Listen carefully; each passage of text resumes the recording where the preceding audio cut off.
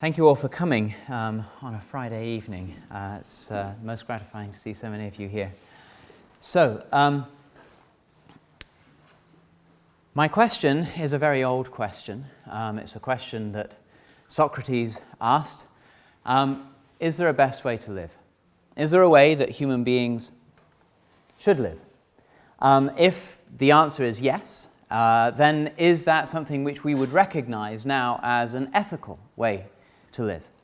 And what I want to argue tonight is that in part, at least, the answer turns on the nature of the passions and their place in our lives. So what I'm going to focus on in particular is to what extent do we need to be truthful about what we really desire and what we really feel, truthful both with ourselves and with other people. And what place does that truthfulness play in our relations with other people? And could we ground an answer to the question that there is a best way to live on those thoughts? The person that whose work I will be talking about at some length through this talk is Bernard Williams.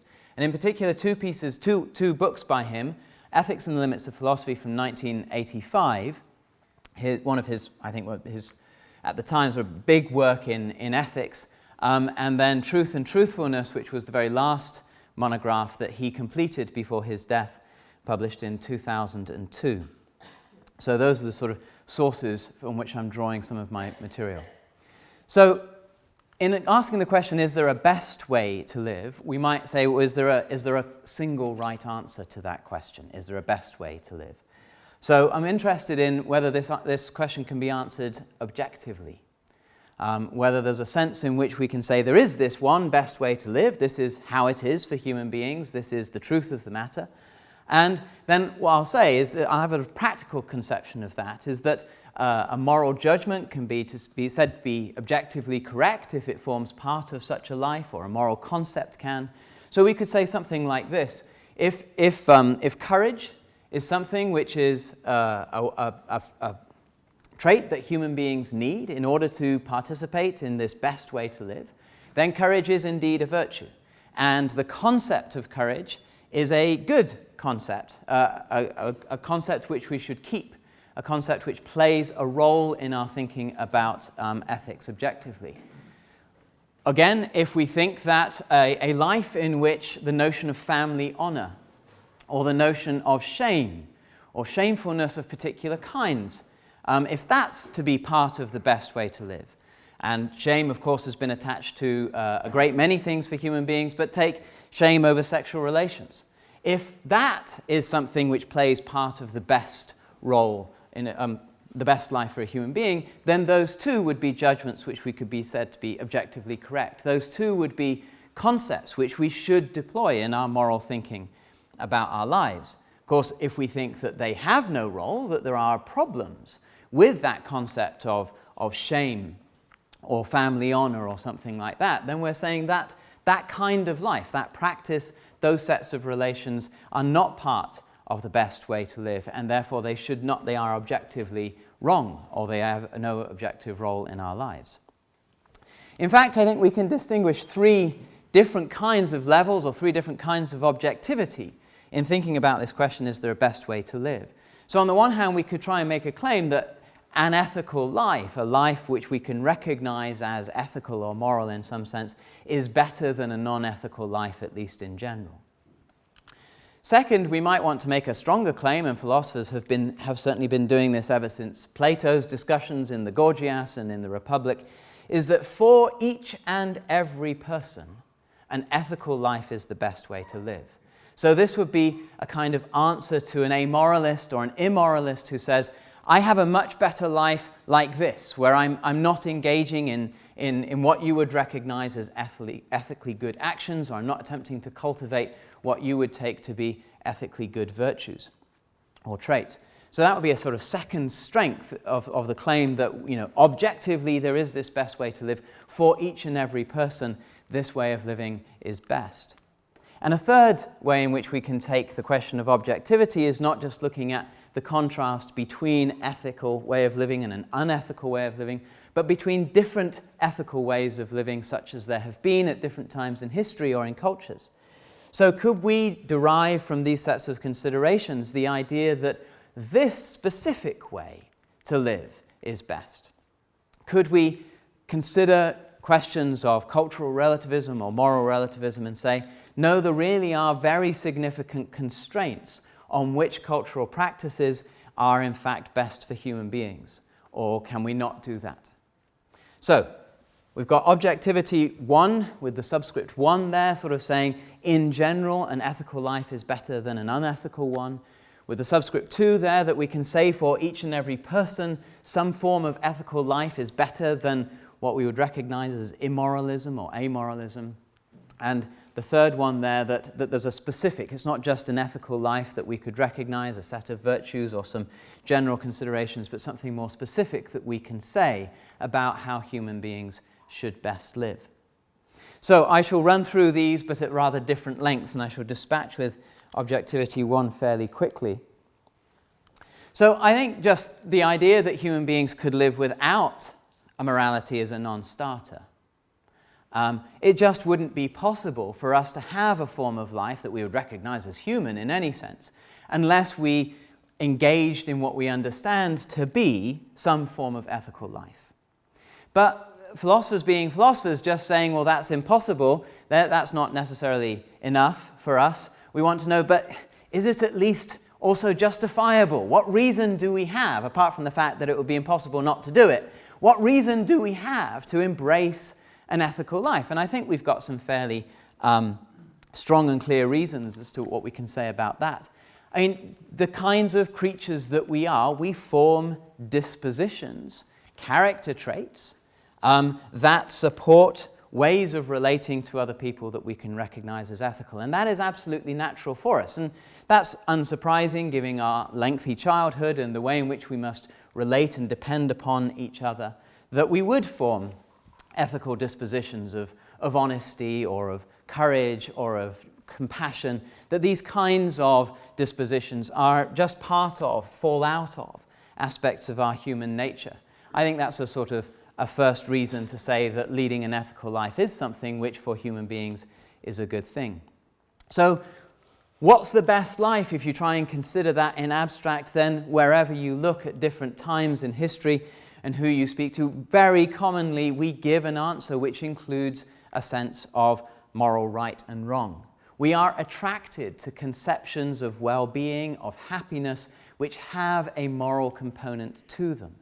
That too, I think, is something which is so much part of who we are and how we would naturally choose to live, that kind of gives us an initial justification. Or third, I think this is something which philosophers don't often do, but Williams draws attention to it a few times. How would you like to raise your children?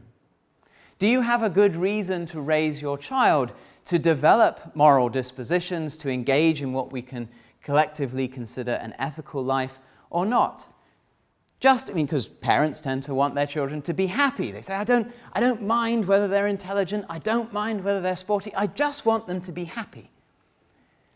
Well, there's no reason to think that in order to bring your child up to have a happy life, you need to make them disregard ethics. You need to make them sort of break free from any constraints that a normative way of thinking or living would impose upon them. We've got no reason to think that. So I think we do have reasons to think that in general,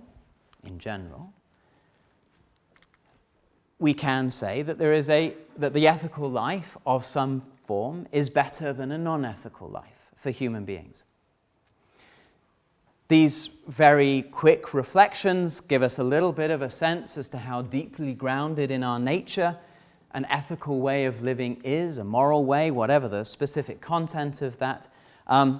It gives us reasons to bring up children in particular ways, to enable them and help them develop certain traits that we recognize as virtues. But I would say its objectivity is very weak. Now, if we want to say, no, objectively speaking, independent for each of an individual, that this is the right way to live, I think that's very weak because of two reasons. It's not claiming that for each and every person, the best life for that person will be a form of an ethical life. So we haven't yet, in saying in general we are disposed as a species to develop ethical dispositions, to enter into moral relationships with other people, to raise our children in some ways rather than others. I don't think we've yet got to a sense that for each and every person, the best life for them is going to be an ethical life. There's not enough there yet to be able to say that. Nor have we said anything about what this ethical life, what form this ethical life should take. Should it be like this or should it be like that? Should we have these sets of concepts and these practices or those? All we've said is that as a species, the kinds of ways that we find natural to live, the things towards which we are attracted to, our happiness includes conceptions of living according to some moral code. So we haven't yet said, but which moral code? Just as long as there is one of certain, within some kind of recognizable framework. So let's move then straight on to the first of these, the issue about whether we can actually say that some recognizably moral way of living is best for each and every person. So that's the claim of this second form of objectivity. And the way in which Williams approaches it that I'm going to follow is when you want to say, well, what's the best life for you? And we sort of individualize it now. So we're not talking about people in general, we're talking about each person. Then one way in which we can conceptualize that is in terms of what's in their real interests. What is this person's real interest? What are their real interests in how they should live? So what we need to be able to do, and of course this is the kind of thing that Plato attempts to do, not very successfully in the Gorgias, and he tries to spell it out in a sort of bigger way in the Republic, is to say that for each and every person, living a morally good life is in their best interests, whether they know it or not. Whether they agree with that and could accept you telling them that or not.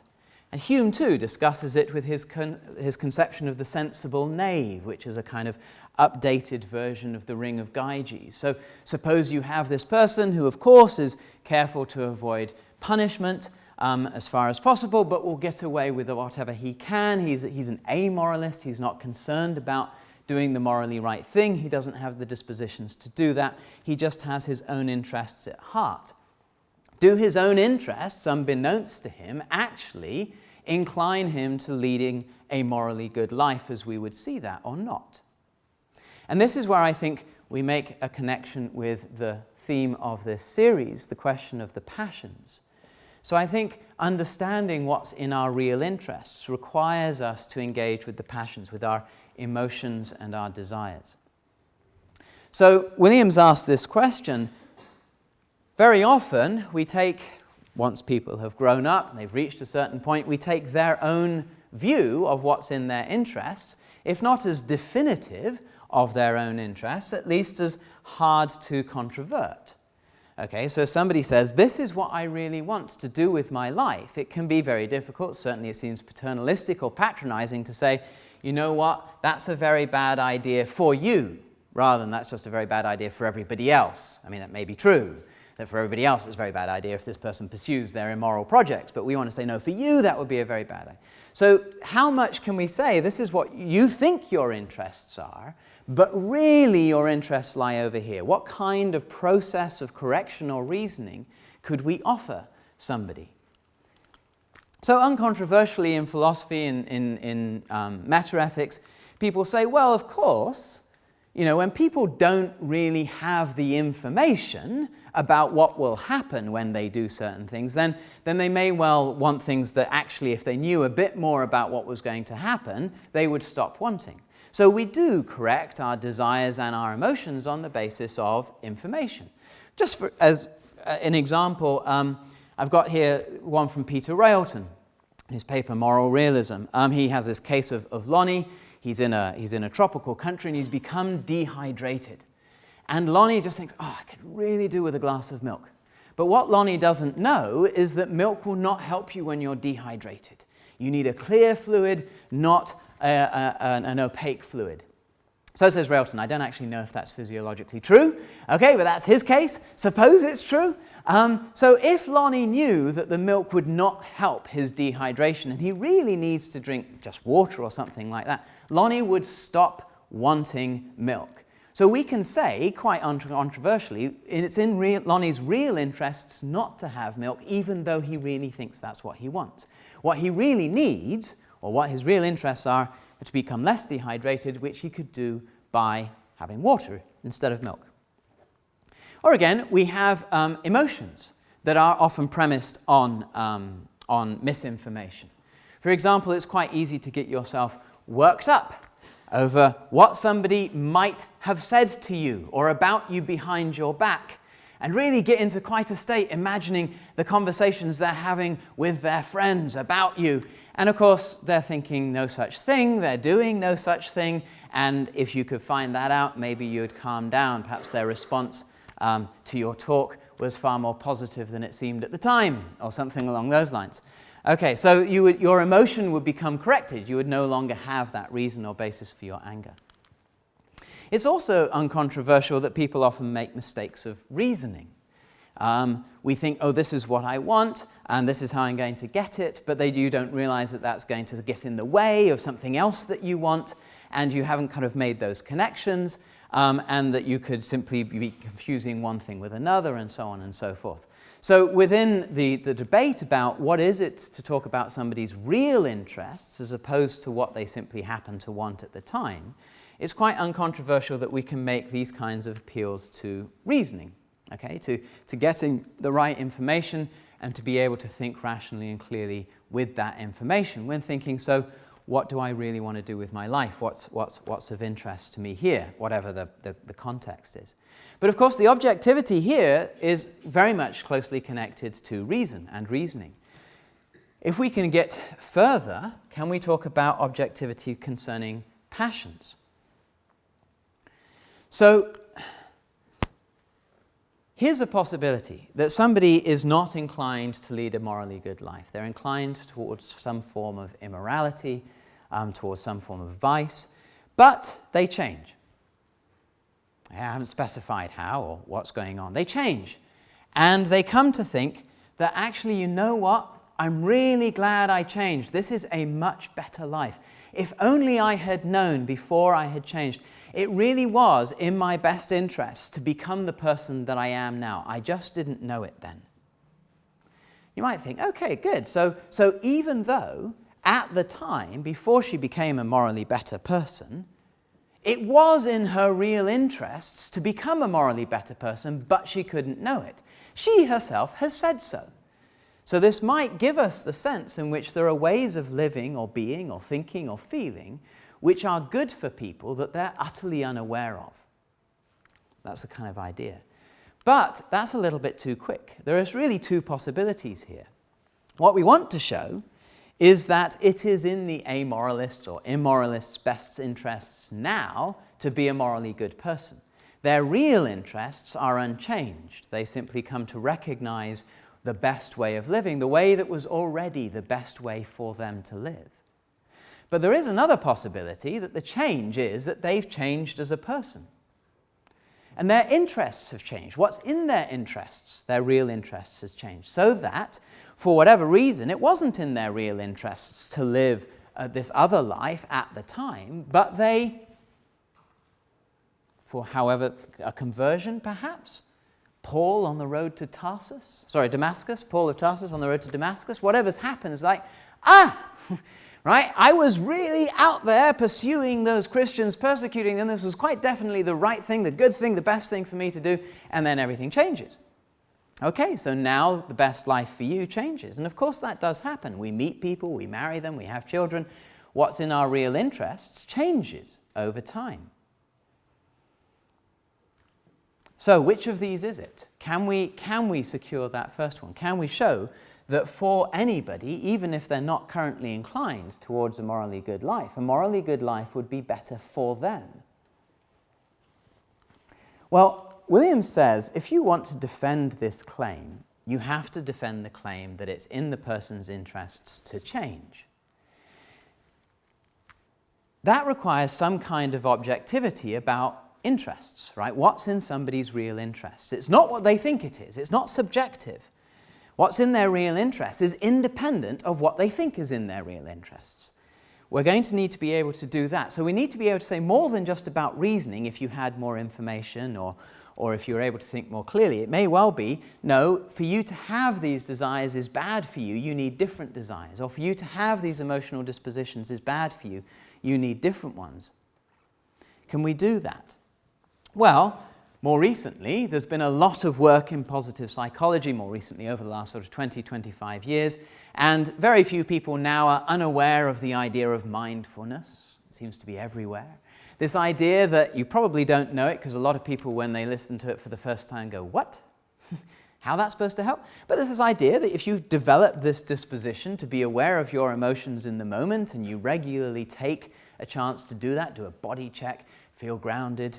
I won't do a mindfulness exercise with you now, but if we were to do it, we would stop for a few minutes and we would just listen to our breathing and we would feel our feet on the floor. And if you cultivate this disposition, you become a calmer person, and this is supposed to be good for you. A lot of people clearly don't believe that this is good for them in the sense that they're not doing it, okay, and they've got no inclination to go and do it, but this is the sort of idea. No matter who you are, if you could develop your mindfulness, you will become a better person. That's far too simple. Okay, but that's the idea. And there are lots of findings in positive psychology. For instance, giving to other people actually increases your happiness more than always looking to receive.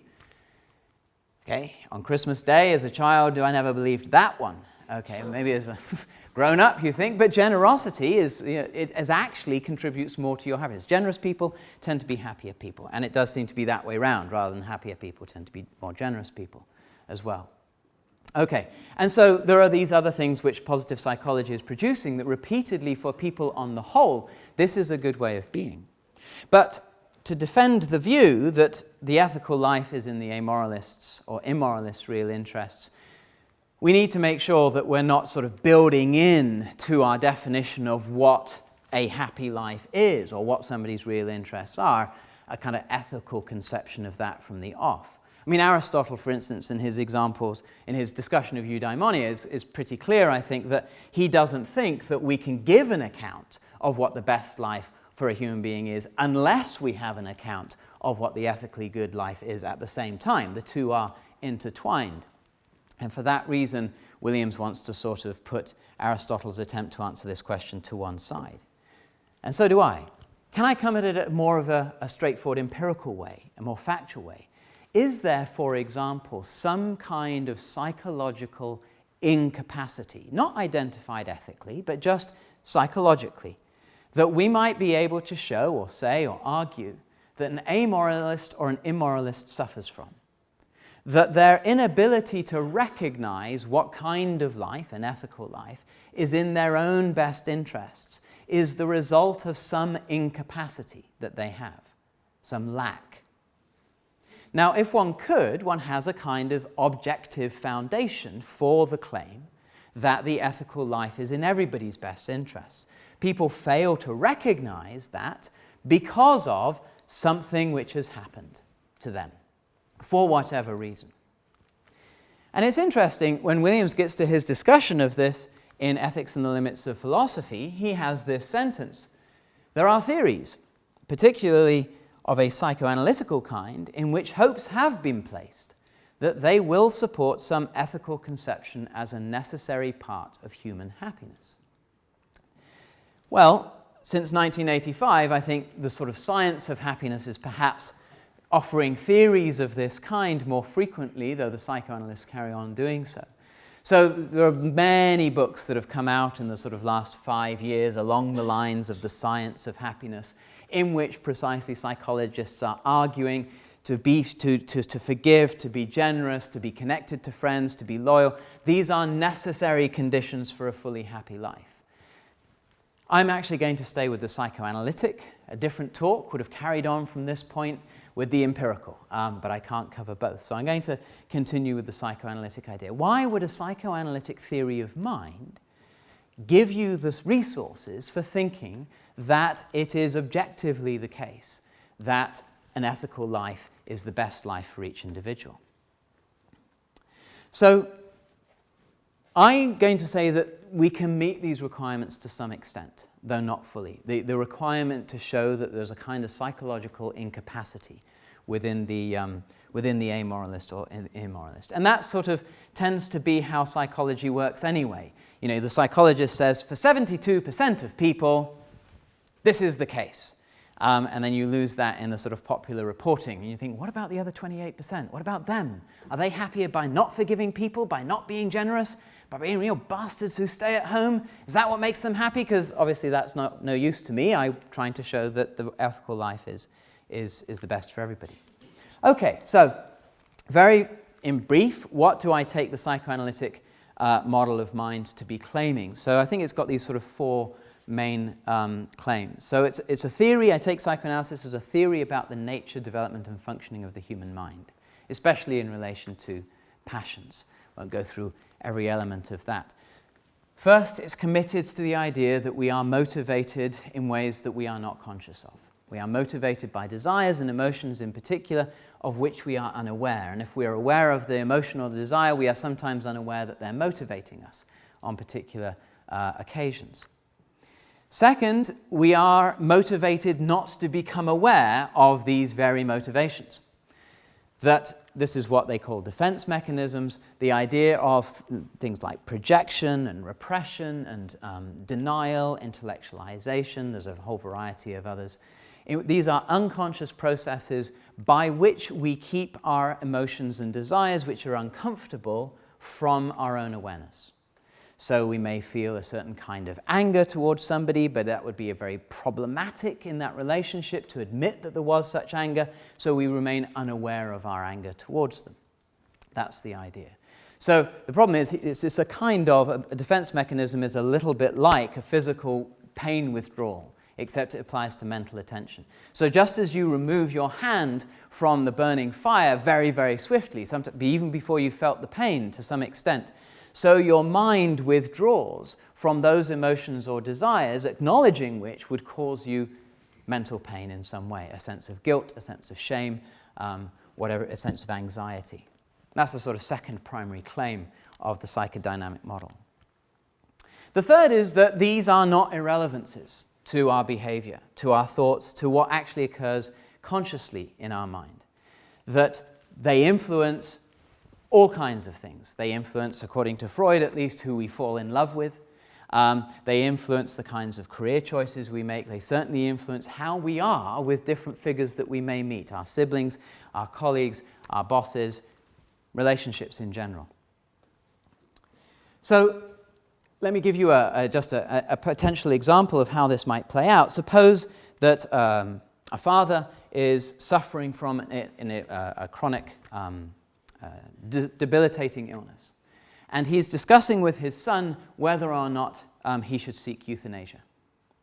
But the father-son relationship is marred by a number of aspects, which many father-son relationships are marred by.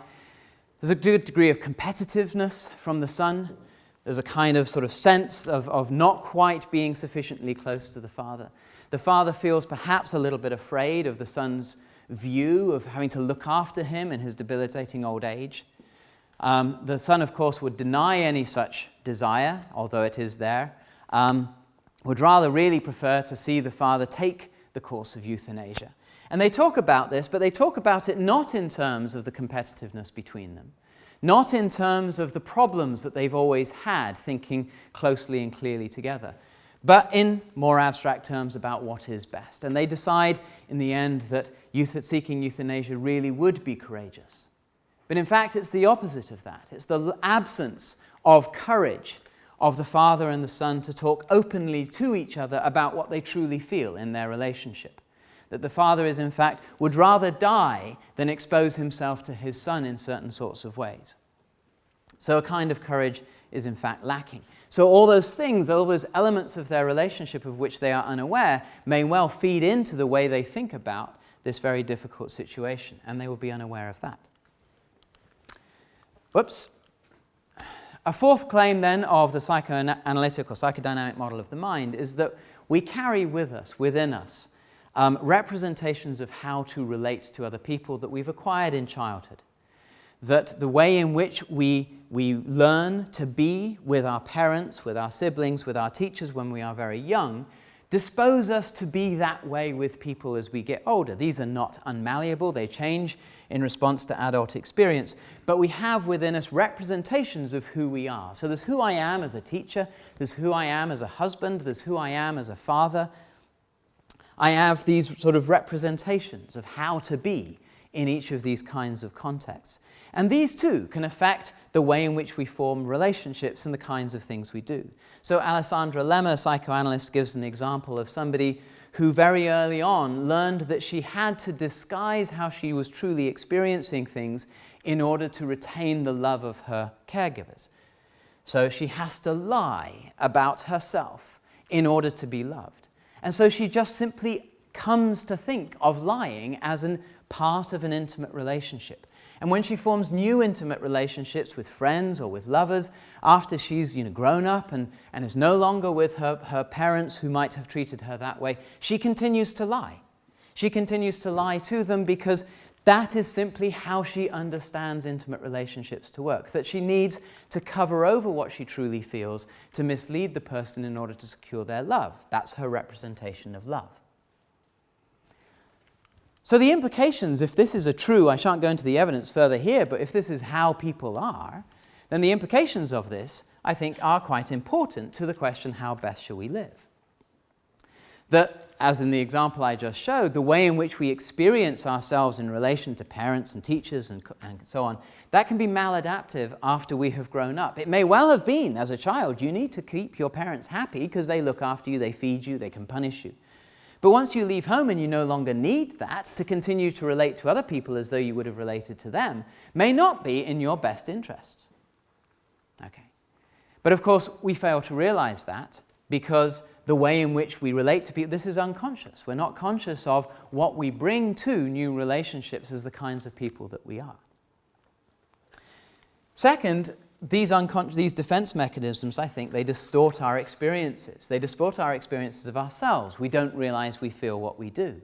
They can distort our experiences of other people. So a classic example in psychoanalysis would be envy. So somebody who feels a great deal of envy may experience other people around them as envious and may indeed seek to show off, to inspire their envy. Did you see my new sports car? Okay, and then they feel that they have to protect themselves against other people's envy, all because of their own imaginative reconstruction of who has envy and who is envious. We can misunderstand social situations. We can misinterpret a remark which is meant innocently as a slight on the basis of a certain kind of sort of fragile self-esteem, which itself is the result of something we don't wish to acknowledge in ourselves. Two examples from the literature. Rosalind Hursthouse, in her famous paper on virtue theory and abortion, talks about the questions, the kinds of deliberation a woman might go through and the virtues and vices she might show if she was trying to think about whether or not to have an abortion. So she gives different sorts of cases. Suppose a woman comes to this and thinking this isn't even a decision, this is just obvious. An abortion, it's just the removal of a few cells. It's like, I don't know, it's like having a cancer removed. And off she goes, and that's it. That's as much thought as she gives to the matter. What might we think about what is feeding that? Well, of course, questions about whether or not to have an abortion are fed with very rich sources of emotion and desire. The questions about human sexuality, questions about becoming a parent, questions about being responsible for another person's life. There are many, many, many areas of very big and threatening emotional engagement with our lives that abortion can well, of course, raise. And somebody who thought about it like that, as though it was not such a question at all, we may wonder if there's a defense going on there, a defense against the thoughts about responsibility, against the thoughts of becoming a parent and what that really means, that they're unable to engage with their own emotional responses to such questions. That's one example. Of course, Hursthouse has many others. There are many different ways in which that could play out. Anna Freud gives an example of false altruism. So false altruism is someone who seems to be altruistic. They seem to be constantly caring about other people. But really kind of what's going on is they don't seem to be entirely motivated by the other person's good. And one of the things that she says points this out is they get really annoyed when other people are not similarly altruistic, right? As though they have suffered some personal affront. I can't believe you're not helping him, kind of thing. And they get really, and she says, well, what's happened is here's someone who is repressed. They seem selfless because they can't look to their own desires, to the satisfaction of their own desires. And they seek to sort of vicariously satisfy themselves by satisfying other people. But what happens then is when other people don't pay sufficient attention to satisfying others' needs, they take it as a kind of personal affront to them. And they become very angry in various sorts of ways. This is a form of false altruism. So here somebody has not yet been able to own their own desires and their responsibility for them, and that it's somehow okay to have these and to act on them. They can't think clearly about such matters. So, if that's the life, the passionate life of a human being, and I fear that it might be, it's a bit of a pickle, but if that's how we are, then this might take us back towards our notion of truthfulness and an objective ground for ethics. Because if this inability to recognize one's own emotions and desires is something which would feed somebody in such a way that they couldn't see their real interests, where those real interests were to live an ethical life, we could say on this ground that an ethical life is in fact objectively the best life for all human beings. And we now have an account of why some people may not recognize that. A lot of ifs in that. But this might be the path that we could travel. So, when Williams talks about truth and truthfulness in his last book, he does engage with this way of thinking to some extent.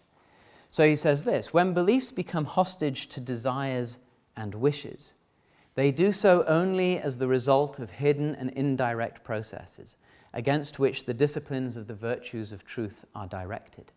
So here we have this idea, I mean, I've talked about defense mechanisms as hidden unconscious. The idea that, our wishes here are not to feel pain. We withdraw our attention because we do not wish for the anxiety, for the shame, for the guilt that recognizing how we really feel would actually inspire in us. And so we believe that we don't feel these things. And so you sometimes meet people who say, I am not getting angry. I am perfectly calm.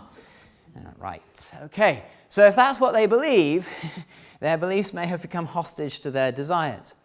So he says again, thinking is full of wishes. When we think, it's full of wishes. And these wishes may become desires or they may become beliefs, depending on what pathway they go through. And so we may come to experience our wishes under the aegis of actually thinking them to be true. I wish I was like this. Oh, I am like this. I'm a lovely person. That's what I wish to be. And then if you think about it, you think that's what you are, because you can't recognize the ways in which you're not. So, he says, the virtues we need in considering what to do coincide at deep levels with the virtues that we need in inquiring into anything, the virtues of truth. In practical reasoning, as much as elsewhere, we can help to sustain each other's sense of reality, both in stopping wishes becoming beliefs when they should not, and also in helping some wishes rather than others to become desires. So here he's bringing in the notion of truthfulness as important to considering the question how best to live, what to do on any occasion. Why would this fail?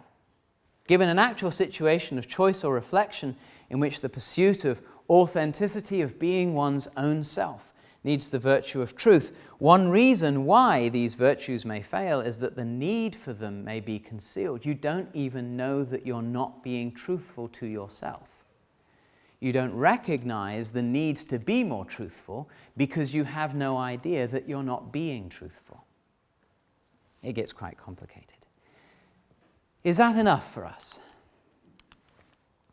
The argument is something like this, that upon the psychoanalytic model of the mind, we can get a sense, we can build an argument, which I haven't given in any depth at all here, that amorality or immorality rest on a misapprehension by that person of what's in their real interests as a result of the kinds of models of relationship which they have acquired but which are unconscious, or a result of the defenses which they deploy.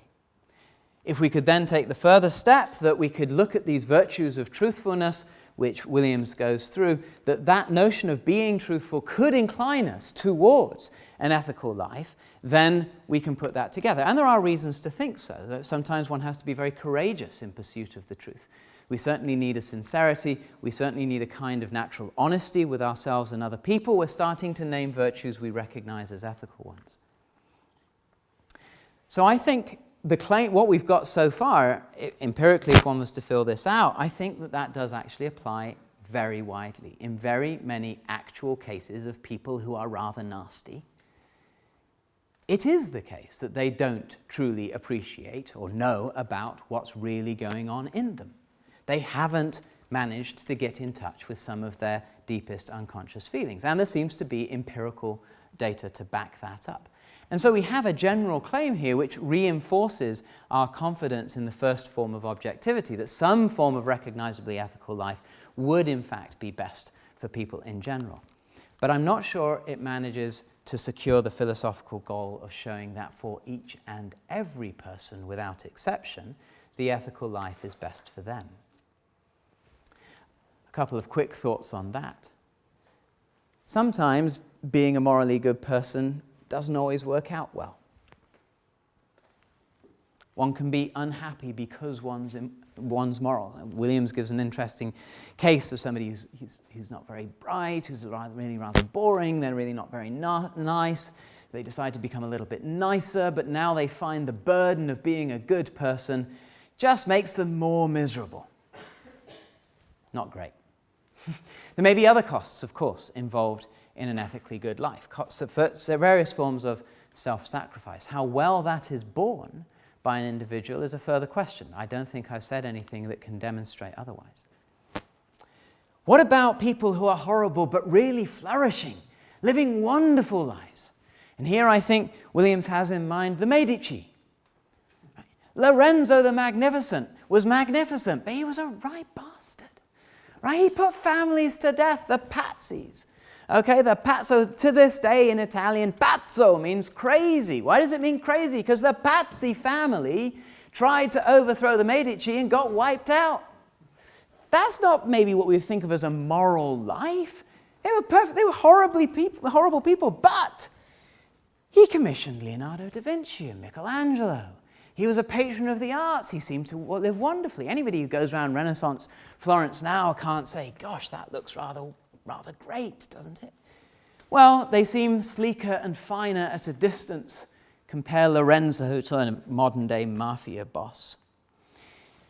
Perhaps we deceive ourselves about the past. Was it really like that for the Medici? I have to leave that one open. I suppose I have two more questions of myself. Can one only be immoral or amoral if one is self-deceived? Could you recognize fully your own emotions and the way you relate to other people and yet still want to lead a life which is immoral? For a lot of us, the answer is going to be, I couldn't do that. But a lot of us isn't everybody. And finally, is truthfulness always part of a good life? Is it always good to be truthful? To what extent is that right? There's some evidence in psychology that we work better with slight distortions of the truth. Some very famous findings, actually not, there's a very good critique of them, but Taylor and Brown did some stuff in the 1980s about, you will be a happier person if you think you're slightly better than you are. Okay, so people who are slightly deceived as to just how nice they are actually leading happier lives than people who are quite honest. And there's a very regular finding, people who are depressed are much better at reading the truth of social situations, which is so annoying. Okay, but so it might suggest that truthfulness doesn't always get us there. I don't think that overthrows the main line of argument because it can only be slight distortions in truthfulness. We have to have a very close sense as to what we are. But nevertheless, have I established that truthfulness is always part of the best life for somebody? I'm not sure I have.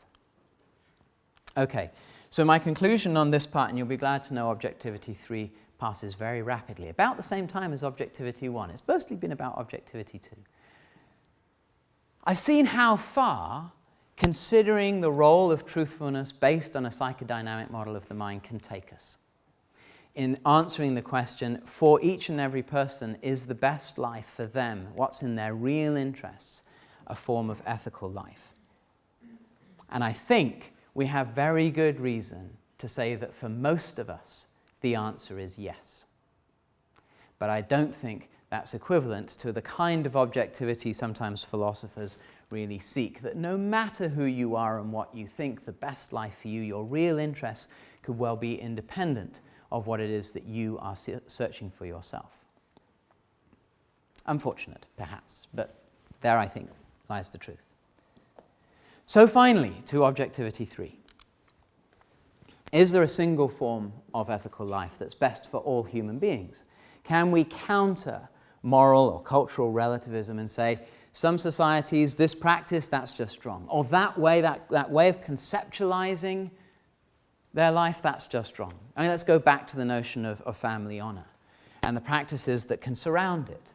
So in ancient Greece, we have notions of honor which really require you to engage in suicide. And Ajax, of course, struggles with precisely that one. Okay, that I've done something so terrible, I should rather die than continue to live. And there are a host of practices in the culture at large. You know, the expectation is that you'll kill yourself. I mean, we see similar things at certain periods in Japanese history. Or right now, the notion of an honor killing, which has been recently debated. Is a society in which honor killings, for instance, for the sexual transgressions of the daughter in a family, usually the daughter, rarely the man, rarely the boy, that the daughter should be killed because she has disgraced the family honor. Is that a good ethical practice or not? What are the limits on what we can say about cultures and their concepts, their way of thinking about human life? Can we gain anything from this set of ideas about truthfulness and psychoanalysis? So there are many ways in which people have lived. I've just described a few of them right now. Can we find empirical grounds for thinking that some are better than others? Well, truthfulness is pointing us towards the idea that there is a requirement that social practices don't maintain a distorted conception of the self and one's relationships with other people. That forms of ethical life which somehow require that could be condemned on that basis. How far can we do that? Well, it's important to know that defense is not an individual thing. In psychoanalysis, the idea that you repress something, that doesn't just happen at an individual level. Whole cultures can seek to repress particular passions, particular responses, in the way in which they set up relationships. They set up the possibilities of ways of living. So Williams says, when he's talking about the way in which I could be helpful to you, we can be helpful to each other, and in making sure our wishes don't become beliefs, he says there's a negative side to this. I may reinforce your fantasy that this is how it is. And we may conspire in projecting wishes into a deceptive social hologram. So there are plenty of examples in the news today, no doubt. Okay, us and them thinking of various kinds, the attempts to build walls along borders, all right, where someone goes, well, they're all bad and we're all good, and we go, yes, this is so true, they're all bad and we're all good, and we all agree with this, and that's how we're going to have our moral practices. There's the bad people and the good people, and that's an age-old thing. Scapegoating, of course, is a very famous ancient Jewish practice, comes from the period of wandering through the desert. Gender norms are an interesting one. How much of our conception of masculinity and femininity is premised on the idea that women's reproductive power that just needs to be controlled? Otherwise, how else do you know who the dad is? So supposedly this goes back a long way. Okay, but is there an extent to which our morality around sexuality has been very much about control? And that's not something we've really wanted to acknowledge. Nietzsche, of course, the exposer of many forms of resentment, for which we use the French in Nietzsche, ressentiment. Okay, with this idea that really when you think what I'm asking for is justice, what you're asking for is you can't have that nice life if I can't have that nice life too. And you resent other people's success. And various forms. Okay, he talks about that a great deal, where the very moral value itself is something which seeks to deceive people about what they truly feel. And so Williams says one of the most potent critiques of ethical thoughts and attitudes is to show they rest on falsehoods about what people are actually like. Now, how on earth could a whole society create a system of morality which rests on falsehoods about human psychology? Well, precisely because we can reinforce each other's fantasies and defensively set aside those aspects of human nature we would rather not engage with or recognize. But how far can we get? I doubt we can get all the way. I doubt we can get to the idea there's just one way of living, one set of moral concepts or practices which would turn out to be best for everybody. So 2 more quotations here from Williams. It's hard to believe that an account of human nature will adequately determine one kind of ethical life as against others. He goes on, there are many forms of human excellence that don't unite into a harmonious whole. So we don't have such a determinate nature that there's just one right way for human beings to live throughout history, throughout the variety of culture that we find a particular kind of life. Well, perhaps we can provide some general constraints, some general conditions within which we would have to recognize a great deal of pluralism. And I think perhaps that is as far as we can go. That what we can argue on the basis of the psychodynamic model of the mind is that certain recognition of truthfulness is going to need to be part of a good way of living, and certain ways or forms of morality that require us to distort our understandings of ourselves and of other people cannot be part of the best way of living for human beings. But that's a very general claim, and we can't have general values. We need to spell it out. We can't just say, be courageous. We need to have a sense as to what courage requires, what kind of courage. Courage for Homer is physically manifest, so much as a courage in battle.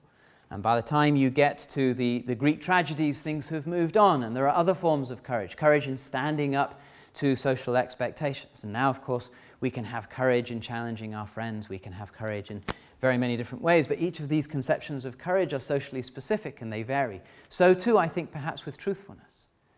What is truthfulness? What does it require of us? What is the recognition of our own emotions and desires, and indeed those of other people? What forms do they need to take? So we might think of a certain kind of authenticity. In this above all, to thine own self be true. Do we have selves to be true to? But we can, William's famous word, I think, although we must conclude that my argument doesn't show that there are determinate answers to the question, how best shall we live? What is the best way for human life to go? I think we do have enough here to be confident that our ethical values centered around truth and truthfulness will support a good way to live. Thank you very much.